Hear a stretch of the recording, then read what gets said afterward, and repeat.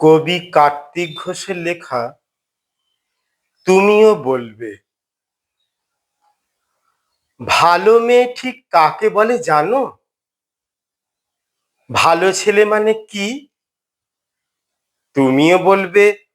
সহজ প্রশ্ন, মাপকাঠি একটি। যে মেয়ে পেয়েছে অঙ্কে 100, যে ছেলে ভূগোলের সেরা, তারাই তো ভালো।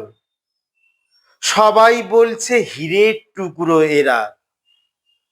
কাগজে ওদের ছবি ছাপা হয়, টিভিতে দেখায় মুখ। ওদের জন্য আমরাও তো ভাই আনন্দে ভরে বুক। তবু কেন যেন তোমাকে বলছি, দেখে শুনে পাই ভয়। শুধু এত এত নাম্বার পেলে কি ভালো ছেলে মেয়ে হয়? আচ্ছা, ধরো না, যে মেয়ে পেয়েছে অঙ্কে অনেক কম, তার গান শুনে মুগ্ধ সবাই, হাততালি হরদম।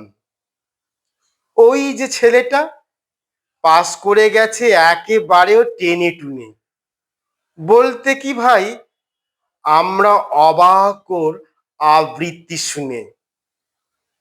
নাটকেও তার নেশা আছে খুব, পরের বিপদে ছুটে।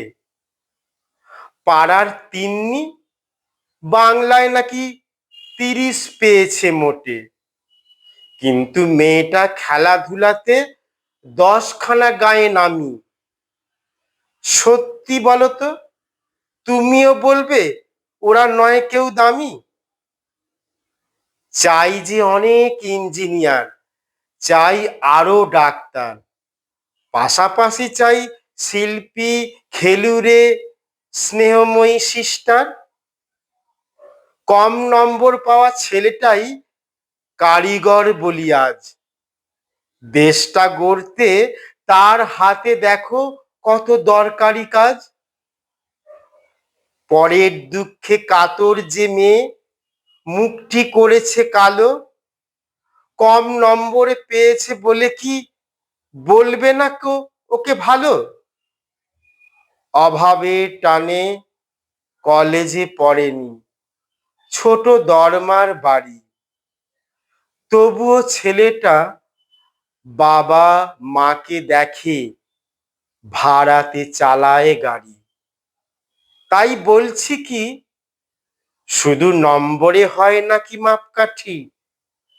ভালো ছেলে মেয়ে বলতে কি ভাই মানুষ চাইছি খাঁটি।